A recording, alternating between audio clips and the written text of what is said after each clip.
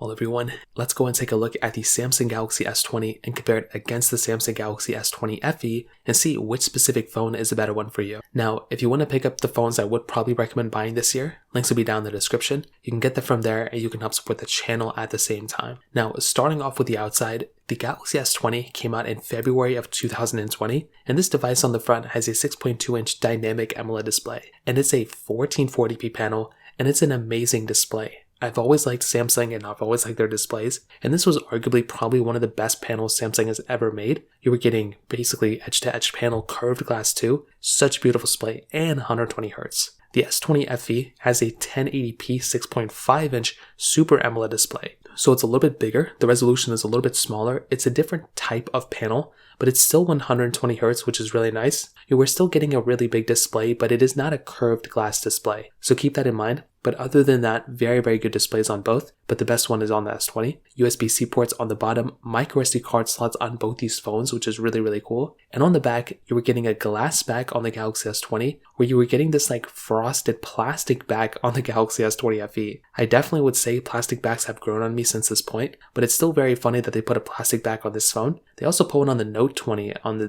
this specific year as well, but I would definitely say the Galaxy S20 is the more premium feeling phone with a lot more built-in capability, I would say, than the S20 FE, but the FE is still a very decent feeling phone on the outside. It just so happens that the S20 is definitely the better one when it comes down to it. Now, they both have reverse wireless charging, they both have IP certification as well, so a lot of cool things going on between them there. Now, they both have triple camera setups on the outside as well, so you're getting basically kind of the same camera, but not really. The S20 FE, basically the wide telephoto ultra-wide lens, same thing with the S20, but you are getting a higher megapixel count on some of the lenses on the S20, the standard one. You're also getting 4K at 60 on the back and the front of both these, but you are getting 8K capability on the back of the Galaxy S20. So that is something that is very important to keep in mind, that you are getting, once again, overall the better sensor basically on the S20 over the S20 FE. So if you're somebody who wanted the better camera sensor, you're definitely getting that on the Galaxy S20 for sure. In terms of software and longevity, you're also getting the longer lasting phone from the Galaxy S20. Actually, no, they're basically going to be roughly around the same.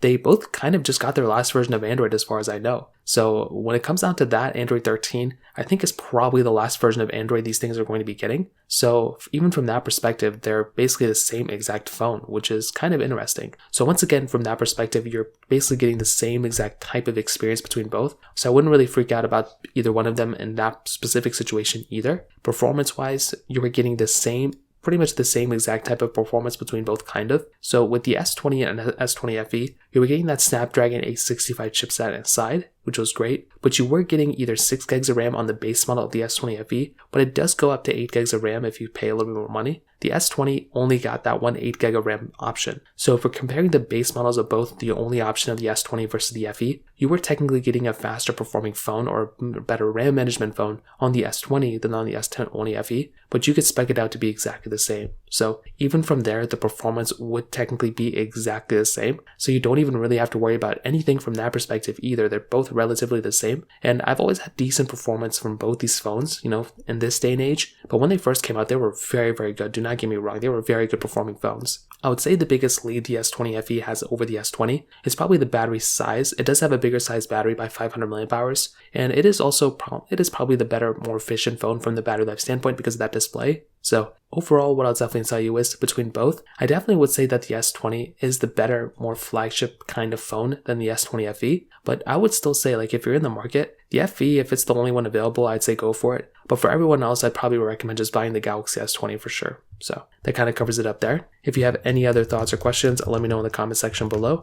Hit the like button, that'll mean so much, but definitely hit that subscribe button. More importantly than everything else, I love every single one of you guys. Hopefully I'll catch you guys in the next video. Peace out till then.